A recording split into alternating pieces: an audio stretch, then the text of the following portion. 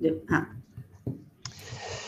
Bonjour à tous, bienvenue à ce webinaire sur la surveillance des vibrations dans le système de chauffage, ventilation et climatisation. Je suis aujourd'hui avec Paolo Sermisoni, Business Development Manager de la division IMI chez PCB Piezotronics, et Christian Medrano, responsable du marché industrie en France. Je suis Elisabetta Marchiusi. Vous avez la possibilité de poser vos questions sur le chat. On y répondra à la fin du webinaire. Vous avez également un bouton en bas de votre fenêtre si vous avez besoin de prendre un rendez-vous avec nos experts. Et je vais laisser la main à Christian. Oui, bonjour à toutes et à tous. Donc, je suis Christian Medrano, je suis chef de marché industrie et transport pour la France. Donc, je vais vous présenter donc le PCB Piezotronics. Donc, PCB Piezotronics, c'est une société qui existe depuis la fin des années 60 et nous sommes fabricants de solutions de mesure de grandeur physique. Donc, depuis 2021, nous appartenons à un grand groupe qui s'appelle le groupe Amphenol, qui est coté à la bourse au Nasdaq. C'est un grand fabricant de connecteurs connu mondialement, et là, ils font également des câbles et ils ont une division donc, de capteurs dans lequel on fait partie. Amphenol, c'est aux alentours de 11 milliards de dollars de chiffre d'affaires pour environ 80 000 personnes. Pour PCB Piezotronics, donc la société dans sa globalité, ça représente aux alentours de 1600-1700 personnes pour un chiffre d'affaires donc global de 300 millions de dollars au niveau mondial. Donc puis il y a également PCB France, la filiale française donc du groupe PCB qui a été créé en l'an 2000. Donc on est aujourd'hui aux alentours de 17 personnes et on fait un chiffre d'affaires moyen de 10 millions d'euros par an. Donc, et au sein de PCB, donc, il y a la marque IMI Sensor qui est dédiée donc aux solutions de surveillance pour tout ce qui est machines tournantes dans le monde de l'industrie et de l'énergie. Alors, IMI, donc la solution pour la surveillance des machines industrielles, principalement pour tout ce qui est machines tournantes. On est présent dans pas mal de secteurs d'activité. Donc, on fait des capteurs de piézoélectriques, donc ICP ou capteurs de charge, suivant les environnements. On fait des transmetteurs de vibration ou de vitesse de déplacement en 420 mA. On a une gamme numérique qui est la gamme donc des capteurs IO-Link, et on a donc le sujet d'aujourd'hui, la gamme des VibroSwitch pour la surveillance de tout ce qui est système de ventilation. Je donne la main à Paolo, donc qui va vous présenter la surveillance vibratoire des équipements CVC à l'aide de ventilateurs. Bonjour à tous, bonjour de ma part. Je suis Business Development Manager pour PCB pour l'Europe. Je suis en Italie. J'espère que mon français soit assez clair dans les détails. Si vous avez des questions, n'hésitez pas à me stopper pour clarifier des choses que peut-être je n'ai pas bien expliquées. Donc, le sujet d'aujourd'hui, c'est la surveillance vibratoire des équipements CVC avec surtout les ventilateurs. On a eu beaucoup de chaleur dans ces périodes partout en Europe et la climatisation, c'est sans doute un des sujets les plus, conversés pendant ces périodes. On part donc vraiment de la base, qui est le transfert de chaleur naturelle vers la climatisation. Donc, comme vous savez, le transfert de chaleur naturelle, toute la chaleur se déplace naturellement dans des environnements chauds vers les environnements froids. Vous voyez aussi le dessin de la Maine. Si vous mettez un petit morceau de glaçon, ça va vite prendre la chaleur de la Maine. Et la climatisation, rien n'est qu'un procès d'ingénierie qui inverse le transfert de la chaleur. Donc, en partant de ça, vraiment très basique, la climatisation peut être faite dans deux façons différentes. Par air, et ce sera le sujet de la journée aujourd'hui, et aussi les refroidissements par eau. Donc, on entend les systèmes de refroidissement industriel comme des systèmes destinés à extraire les trop-pleins de chaleur d'un fluide par échange calorique avec de l'eau ou de l'air, de manière à baisser la température de ce fluide à la température ambiante. En fonction de ce type de réfrigérant utilisé, on a donc les refroidissements par air, donc la chaleur est rejetée dans l'air extérieur, et par eau, c'est que la chaleur est rejetée dans des eaux de surface à l'extérieur. Comme je disais avant, la présentation d'aujourd'hui se base surtout sur le système refroidissement par air. Comme vous voyez, donc c'est un cercle continu où il y a donc le fluide qui se refroidit, qui passe à l'intérieur, qui reprend la chaleur, il passe à l'extérieur, etc. C'est un mouvement continu.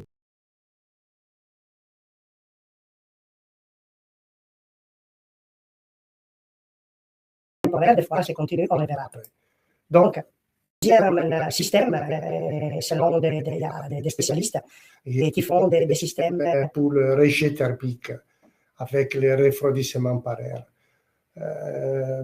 Semblent tous être des tours de refroidissement, mais il y a aussi des échangeurs de chaleur, des condenseurs à évaporation vapeur, des refroidisseurs et des unités de condensation, etc.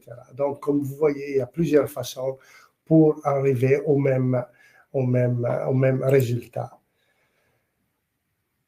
Tous les systèmes avant se basent sur un système avec de base un ventilateur. Le ventilateur, quoi ça sert? C'est déplace l'air parallèlement à l'axe de rotation. Et c'est idéal pour les applications à haut débit et à faible résistance. Bien sûr, un ventilateur, ça peut changer dans la forme, dans le numéro de pales, nombre de pales, et surtout la vitesse de rotation. Ce sont des paramètres assez importants quand on fait le monitoring, parce qu'il faut bien calculer selon ces paramètres. Donc, le ventilateur, après, il y a la construction lui-même, il y a des grands diamètres de ventilateurs, il y a des ventilateurs qui sont surélevés, exposés à l'environnement, la taille de la caisse autour du ventilateur, la structure qui du support normalement est flexible. Et toutes ces spécifications vont influer sur la performance du système. Donc, et plus les ventilateurs, bien sûr, sont grands, et la vitesse devient lente. Et la fonction est aussi, comme je disais avant, c'est relativement en continu, mais il y a aussi, selon le système que vous avez vu avant, la fonction sous des différentes charges peut être avec des courtes périodes selon le pic de la charge. Donc, c'est un système assez variable dans sa fonctionnalité. Ce qui est intéressant, c'est que il y a, comme vous voyez, il y a des règles qui sont été développées avec l'expérience de tous les fabricants. Donc, dans le cas des condenseurs et de vaporisation, le diamètre du ventilateur c'est autour de 10 mètres. Et on a des vitesses de ventilateurs qui passent de 80 jusqu'à 3000 rotations par minute. On divise ça pour 60, vous avez la fréquence en hertz. Les tours de refroidissement sont d'environ 8 mètres normalement, et là la vitesse passe de 80 jusqu'à 400. Donc, vous voyez vous-même, il y a des échangeurs, les refroidisseurs, les condenseurs, donc ça change. Donc, de 10 mètres jusqu'à moins d'1 mètre. Et comme je disais avant, c'est inversement proportionnel. Si plus la pale est petite, et plus la vitesse augmente. Donc ça, c'est basé sur l'expérience de tous les fabricants qui sont dans ce domaine-là. Bien sûr, il y a des normes et des directives ce sont des normes soit internationales, comme surtout aux États-Unis, la norme CTI, la 163, sont des normes relatives aux limites des vibrations dans les tours de refroidissement par eau. Mais il y a aussi les normes, ce qui concerne l'échangeur dans les raffineries, selon l'American Petroleum Institute API. Donc là, c'est la norme 661. Il y en a des autres aussi, mais on a trouvé que ça, ce sont les plus importants, les plus nommés par tous les fabricants. En Europe aussi, on a donc ce qu'on appelle les normes européennes. Toujours, il y a les ISO. Donc, il y a la 14694, c'est de la vibration et clivage, surtout pour les ventilateurs industriels en général, moins de 300 kW de puissance. Et aussi la 20816, la 1 et la 3, plus générale sur la surveillance vibratoire des machines tournantes. Donc, ces normes sont bien sûr suivies par la majorité des fabricants. Donc ici, on a des noms de personnes, des sociétés qu'on travaille avec depuis longtemps. Par exemple, il y a Johnson Control qui a une base de données de plus de 20 ans de mesures qu'ils ont fait sur plusieurs endroits, plusieurs machines. Et comme vous savez, aujourd'hui, c'est d'avoir le plus d'informations possible pour créer un système de base et pour faire de la prédiction de l'éventualité comment dirais-je, de valeurs qui ne sont pas prévues pour les machines, c'est-à-dire une prévision de ce qui peut arriver à la machine. Ça, c'est important. Aujourd'hui, on utilise ces façons de le faire avec des systèmes aussi qu'on appelle les systèmes comme les digital twin, etc., qui te donnent la possibilité de mêler les essais numériques qui viennent du champ et avec les systèmes qui sont faits avec les algorithmes, etc. Il y a aussi Bach, Emerson et SPX qui sont la plus, je crois que SPX est un des plus grands aux États-Unis, qui utilisent nos produits et qui font de la recherche et qui font surtout du monitoring sur tous les ventilateurs qu'ils produisent. Ça, c'est très intéressant parce que ça nous donne la possibilité donc de travailler avec ces fabricants pour développer des solutions qui soient modernes, des solutions qui avancent selon la demande qui vient de ces fabricants-là. Donc, la sélection du capteur, comme vous comprenez, ça devient très importante. L'unité de mesure, c'est-à-dire qu'il soit l'accélération, qu'il soit la vitesse ou bien le déplacement, ça c'est en fonction de la vitesse de la machine aussi. Quel est le type de sortie, si vous avez une sortie analogique ou bien une sortie digitale, comme les systèmes modernes avec l'IO-Link. Il faut bien sûr évaluer la gamme de fréquences. Et bien sûr, avec ces systèmes, on arrive à avoir ce qu'on appelle les numéros, le niveau d'alerte et alarme suggéré.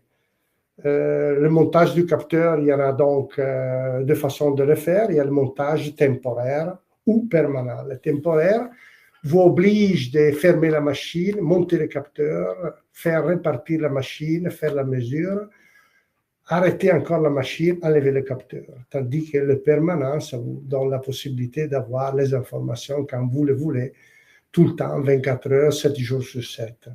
La méthode de montage dépend selon vous voyez, il y a plusieurs façons pour les pales de travailler, donc c'est avec le moteur, avec le courroie, etc.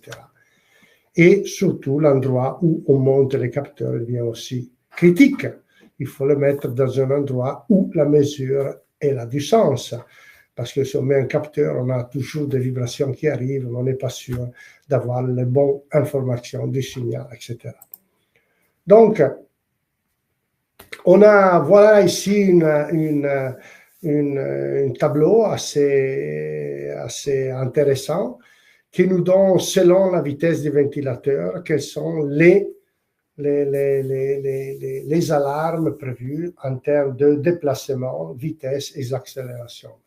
Vous voyez tout de suite que l'accélération, surtout si on parle des vitesses faibles du ventilateur, c'est en valeur assez minimale et donc c'est pour ça que la plupart des gens aiment avoir la mesure de vitesse avec des transmetteurs. Les transmetteurs 80 que nous faisons, c'est des bases en accéléromètre avec un circuit supplémentaire qui transforme l'accélération dans une intégration de vitesse. On a aussi la possibilité de faire des déplacements.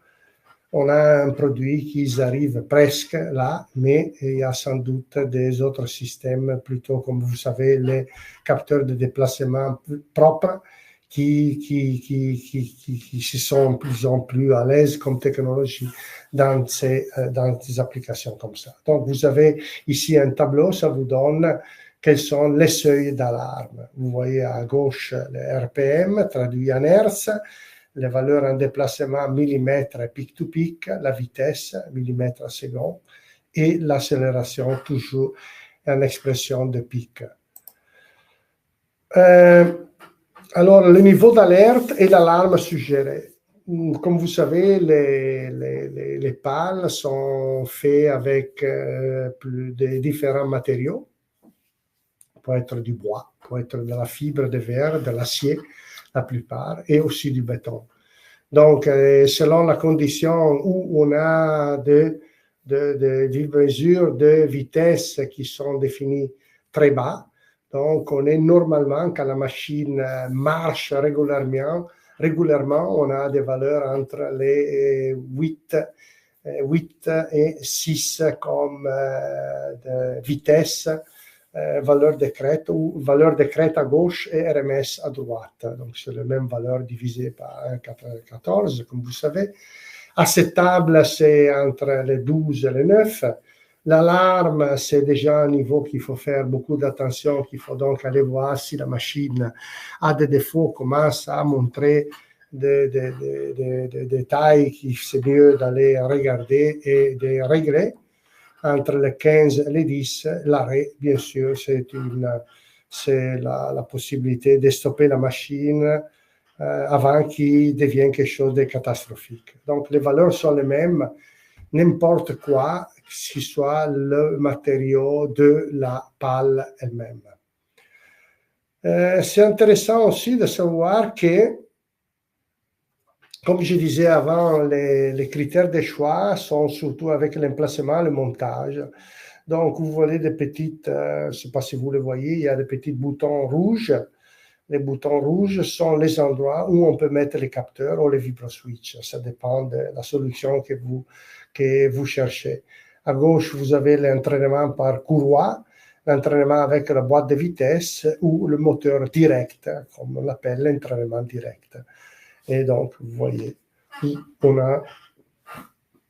on propose la mise en place du capteur lui-même. Et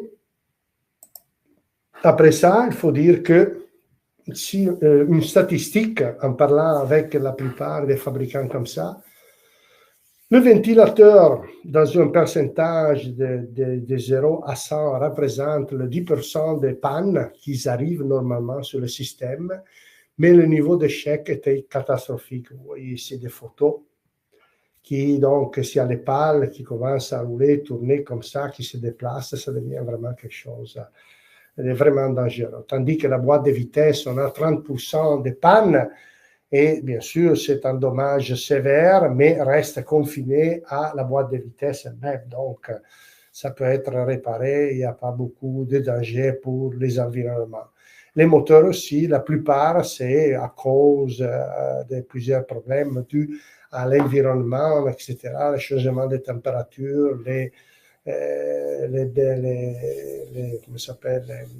rings, les bearings, etc. Et donc, c'est aussi une condition sévère, assez populaire, 60%. Donc, comme vous voyez, il y a donc des défauts qui arrivent. Quels sont les défauts qui arrivent? Le déséquilibre de toute la forme, de tout le système, ça a une fréquence d'occurrence assez baisse, je dirais. Donc, ça, c'est à cause possible, c'est du débris, de la glace sur les pales, surtout dans certains endroits. Les poids d'équilibrage qui manquent ou bien qui va partir avec le temps. les trous d'évacuation de la pale qui peut être bouché, les pales dépareillées, erreur des pas de pale, différence d'élévation des pales. Donc, tout ça apporte un déséquilibrage, tout ça apporte une variation de la vibration qu'on peut bien mesurer. Donc, la fréquence d'occurrence, c'est basse, mais elle peut arriver. Le desserrement, le désalignement, c'est encore basse, mais c'est 1 à 3, disons. Donc, la possibilité, surtout, c'est la roue qui se desserre sur l'arbre, ou bien l'arbre qui n'est pas bien aligné au début à cause de la mise en montage sur la place, etc. Ça peut arriver qu'on n'a pas fait les choses comme il faudrait les faire. Et la friction elle-même, qui est donc sur le frottement, l'extrémité, ça c'est la plupart, c'est à cause, parce que avec le temps, comme ça, les débris, la glace, etc., peut apporter donc des variations sur la longueur des pales qui est incohérente avec la valeur initiale et le carénage qui devient lâche avec les vibrations qui continuent, etc. Donc tout ça, c'est pour vous donner une idée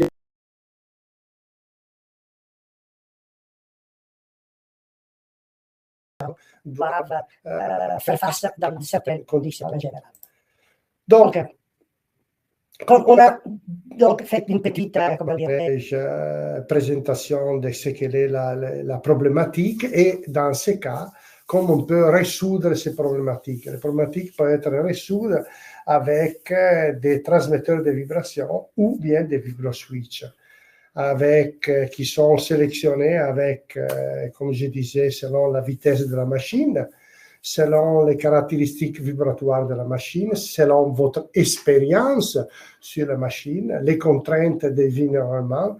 Bien sûr, si le ventilateur va partir dans un endroit comme la Sibérie, qui sont très froids, il faut bien sûr choisir un capteur qui soit capable de résister lui aussi à ces endroits de température. Et bien sûr, l'exigence budgétaire, c'est toujours dans le calcul final pour le système. Pour faire ça, on a donc des choix, c'est mécanique, électronique programmable. Je laisse donc à mon collègue chef de marché pour la France, Christian, de continuer sur les produits eux-mêmes. Merci, je reste en ligne si vous avez des questions supplémentaires.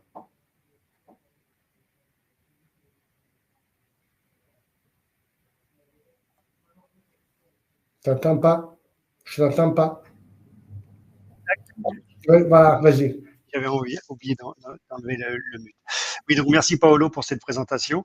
Moi, je vais vous parler des 3 solutions que nous avons à vous proposer concernant des vibroswitch aujourd'hui, donc pour faire ces surveillances des ventilateurs dans les systèmes CVC.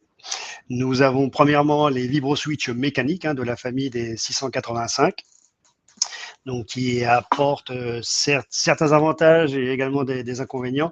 Donc, l'avantage principal du vibroswitch mécanique, c'est qu'il est vraiment autonome. Il marche sans avoir besoin d'alimentation externe. Bon, son petit inconvénient, c'est que, point de vue réglage, il est un peu moins précis que les vibroswitch électroniques. Donc, on va dire que ça reste sur des réglages, on va dire, grossiers.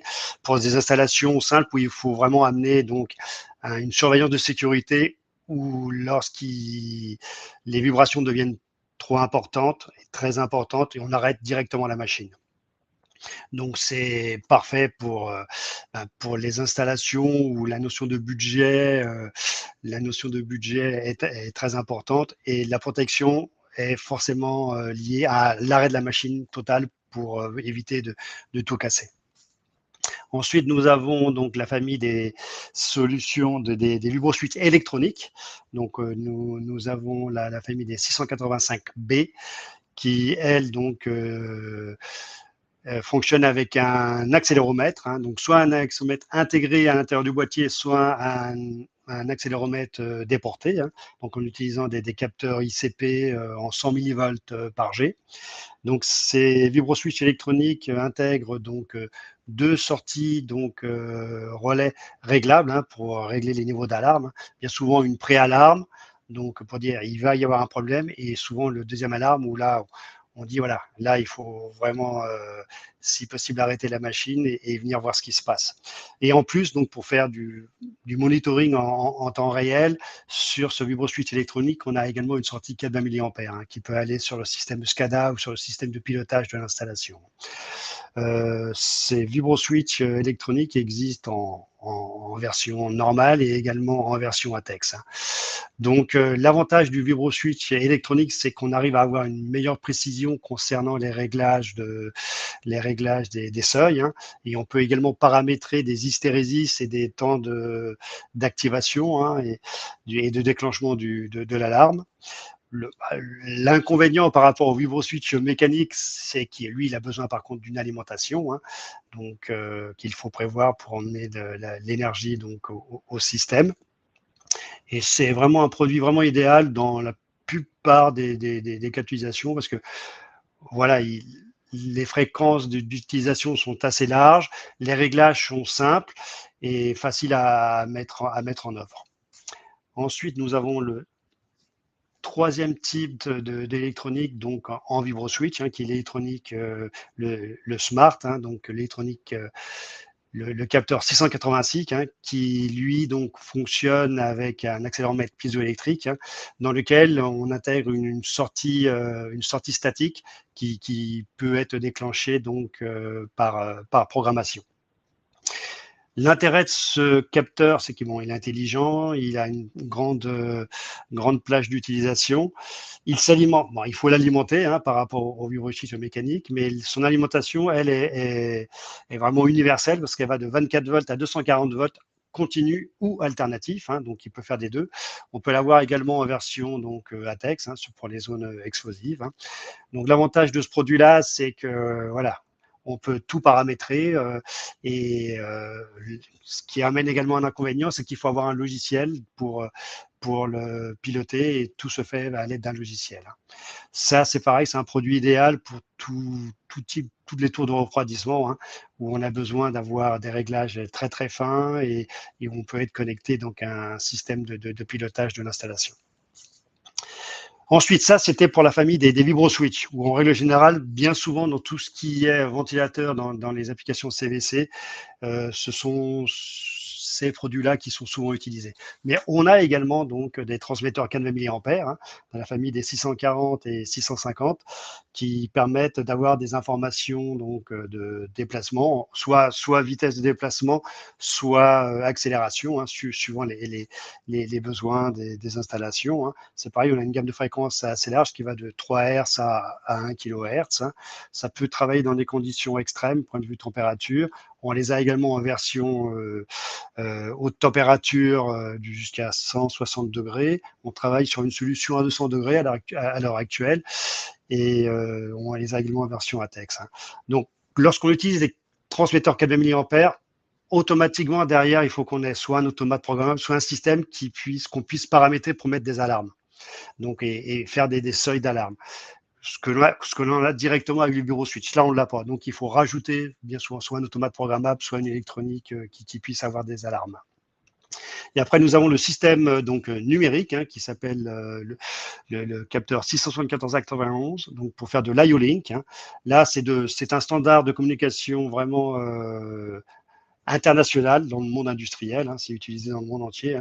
Je crois qu'il y a plus de 60 millions de points de mesure connectés à travers le monde pour faire de la surveillance et du process industriel. Donc ça, voilà, ça fait le lien entre les deux, entre le transmetteur 420 mAh et le VibroSwitch, parce que grâce à ce produit-là, IO-Link, on a la mesure de vibration ou la mesure de vitesse, donc soit en pic, soit en RMS, on a toutes les informations. Et on a également la possibilité de programmer deux seuils paramétrables. Donc ça, c'est vraiment un produit universel. Et ça, on a réalisé des webinaires spécifiques, IO-Link. Je vous invite à aller les voir donc en replay sur notre site. Donc ça, c'est pour des produits, toute la gamme de produits que PCB peut vous proposer pour faire de la surveillance de machines tournantes. Voilà, je vais laisser la main à Elisabetta pour clore ce webinaire. En attendant, n'hésitez pas à poser des questions et on se fera un plaisir de répondre avec Paolo, quelles que soient vos questions. Donc, n'hésitez pas si vous avez besoin de plus d'éclaircissements ou de plus d'informations. Voilà, n'hésitez pas à poser la question maintenant ou alors plus tard. Donc, n'hésitez pas à m'envoyer des mails ou m'appeler. Je me ferai un plaisir de répondre à toutes vos questions. Je te laisse la main, Elisabetta. Oui. Alors, hop là. Ok, merci beaucoup Paolo et merci beaucoup Christian pour cette intervention. En attendant que les questions des participants, donc vous avez des informations sur le contact de Christian et vous pouvez évidemment prendre rendez-vous avec lui si vous avez des intérêts et des discussions avec lui. Nous, en tant que PCB, nous proposons différents webinaires sur l'industrie. Les prochains webinaires de l'année seront portés plutôt sur la surveillance dans le domaine nucléaire et la surveillance dans les usines de traitement de l'eau. Et donc, on parlera de toutes ces problématiques à ce moment-là. Je vois qu'il y a une petite question qui demande avez-vous des capteurs communicants? Oui, je vais répondre à cette question. Oui, c'est ce que j'ai présenté tout à l'heure, c'est le capteur IO-Link, qui est un capteur numérique qui communique avec le protocole industriel IO-Link, qui permet de récupérer les informations donc, de vibration, de vitesse de déplacement ou de vitesse de déplacement ou de déplacement directement, et qui en plus peut être paramétrable avec des seuils programmables. Et ça c'est l'IO-Link. Donc, je vous invite à regarder le webinaire IO-Link qu'on a fait avec Paolo également, ou à m'appeler pour savoir exactement ce dont vous avez besoin. Sans fil. Voilà. Et après, on a également un capteur communicant, donc qui sort directement en valeur numérique les valeurs brutes. Là, c'est vrai que j'en ai pas parlé, c'est le DigiDouceur, donc chez nous, qui est un capteur qui communique. Il peut aller jusqu'à 48 000 mesures par seconde et il peut se connecter directement soit à un PC, soit à une tablette. Et on peut voir les valeurs brutes qui arrivent directement du capteur de vibration. Sans fil. Donc ça, et voilà, et on a également une version sans fil. Bon, ça après, il faudra m'appeler pour qu'on puisse discuter de ça à ce moment-là. Ensuite, qu'est-ce qu'il y a d'autres questions? Alors, est-ce qu'il y a d'autres questions? Comment configurer du ventilateur influence-t-elle le positionnement et le nombre de transmetteurs à mettre? Oui, ça après, tout dépend de votre installation. Tout dépend de l'installation du ventilateur, savoir s'il est horizontal, s'il est vertical, la dimension des pales, la vitesse de rotation. Il y a tout en ligne de compte avant de déterminer quel type de produit il faut mettre avec sa plage de mesure maximum, minimum, l'environnement dans lequel il travaille, suivant qu'il travaille dans des environnements où c'est très humide, où il pleut beaucoup, où il fait froid, où il fait chaud. Si on est dans le domaine, par exemple, du pétrole et du gaz, il faut également bien souvent des versions ATEX. Donc ça, on s'adapte et on a une gamme de produits qui peut répondre, à la plupart des cas de figure. Oui, on me demande aussi quelles sont les caractéristiques d'un transmetteur installé en zone ATEX. Alors, les capteurs en zone ATEX, donc ils doivent répondre à des critères décrits dans les normes ATEX, c'est-à-dire ne pas être trop en tension, ne pas avoir une consommation en courant trop importante. Tout ça pour ne pas chauffer trop, ou lorsque ça chauffe trop, donc il faut que la chaleur soit confinée. Il ne faut pas que le capteur puisse émettre des étincelles, si on parle de XID par exemple, antidéflagrant. Donc il y a plein de cas de figure. Et ça, donc nous on répond à des critères, donc CSA, ATEX, IECE,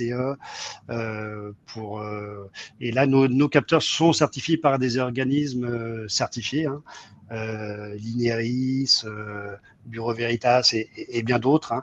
Donc, et tous les capteurs qui sont ATEX chez nous donc, sont gravés. Hein. C'est une obligation légale hein, donc de graver le type de certificat que le capteur possède. Et c'est pareil, la plupart de nos capteurs industriels peuvent être ATEX hein, en règle générale. Il y a même des capteurs ATEX en haute température. Également, vous pouvez regarder la vidéo, le webinaire qu'on a fait sur, sur les ATEX. Oui. J'ai mis l'adresse dans le chat. Oui, l'ATEX, c'est des tests supplémentaires qu'on fait sur les capteurs. Hein. On prend les capteurs traditionnels et on fait des tests supplémentaires. Donc, il y en a qui passent pas. Et après, quand les tests sont complets, on va graver EX, etc. Tu as raison de préciser. Chaque capteur ATEX, quand il y a le marquage ATEX, le capteur a été testé et validé. C'est exact. C'est pas le document lui-même. Hein. C'est pas seulement le document. Voilà. Ouais. C'est des tests supplémentaires, bien sûr. Ouais. À chaque fois, sur chaque capteur. OK. Alors, est-ce qu'il y a des capteurs dans les vibroswitches mécaniques? Il n'y a pas de capteur électronique, mais il y a un capteur mécanique. Hein. On utilise la notion de masse-ressort. Hein. Et c'est pour ça que, en fin de compte, les réglages pour les alarmes sont un peu plus grossiers qu'avec les capteurs électroniques. Hein. Non, mais il n'y a pas donc de capteur électronique à l'intérieur du capteur mécanique. C'est 100% mécanique. Elisabeth, est-ce qu'on peut mettre en ligne les deux technical notes qu'on a traduit en français sur les systèmes vibromécaniques? Il y a tous les détails qui concernent les trois types. Tu te souviens, c'était la technical note, le white paper là.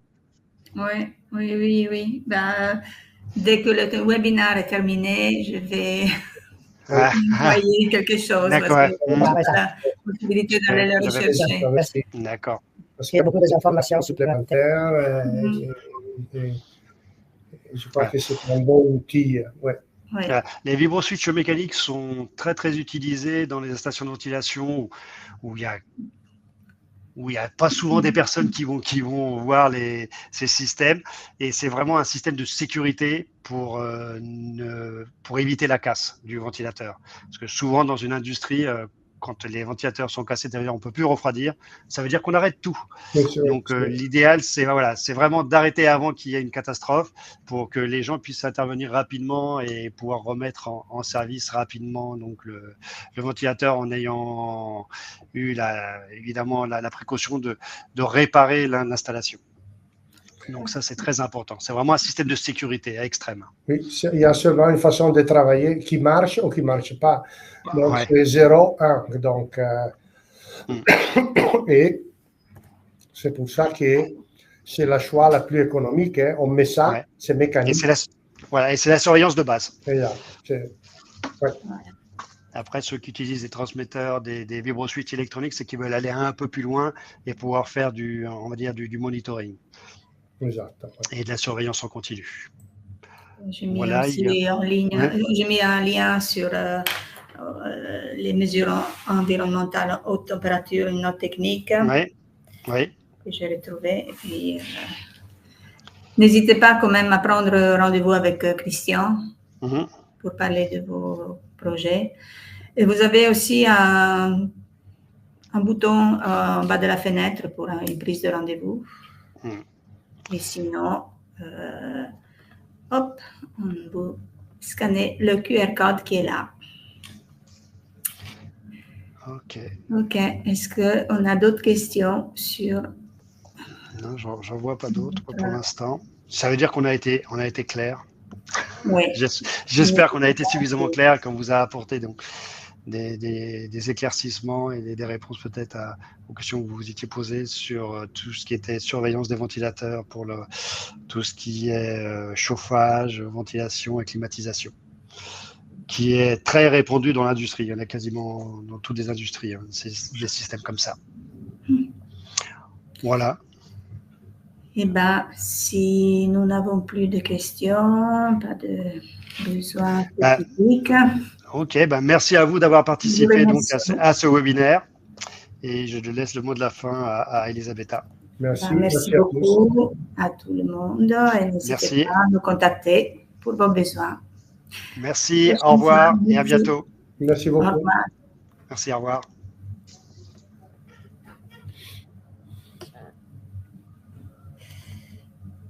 Ok, j'attends que...